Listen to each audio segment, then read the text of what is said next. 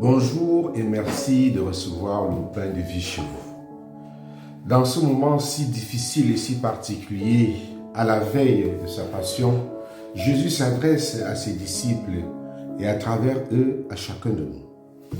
Il sent le trouble des disciples, leur angoisse face à ce qui va advenir à son départ. Et que leur offre-t-il en premier lieu?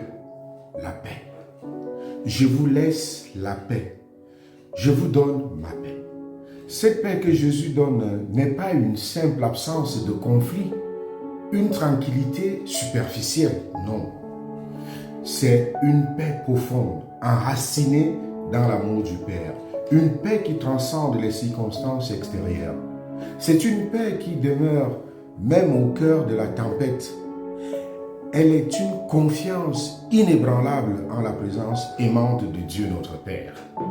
Combien de fois cherchons-nous la paix dans le calme extérieur, dans la résolution de nos différends, de nos problèmes, dans l'absence de difficultés?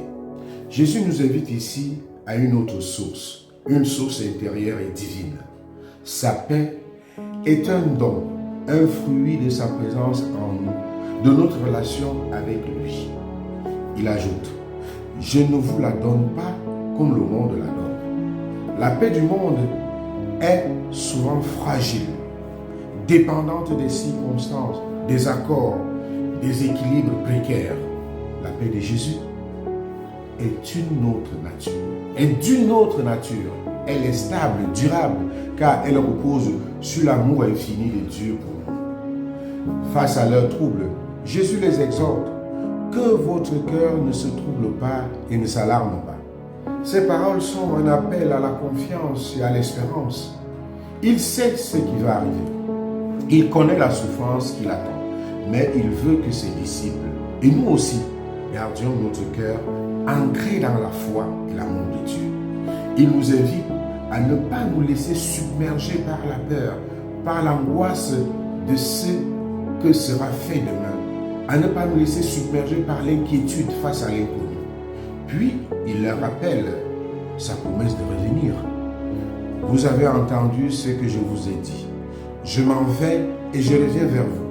Si vous m'aimiez, vous seriez dans la joie puisque je pars vers le Père, car le Père est plus grand que moi. Ce départ de Jésus, cette mort de Jésus n'est pas une fin, mais un passage vers une nouvelle présence, une présence glorifiée auprès du Père, d'où il pourra intercéder pour nous et nous envoyer l'Esprit Saint.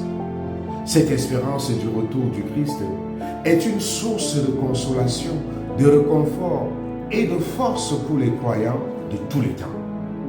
Alors, mes chers amis, face aux troubles et aux défis de nos vies, souvenons-nous des paroles de Jésus.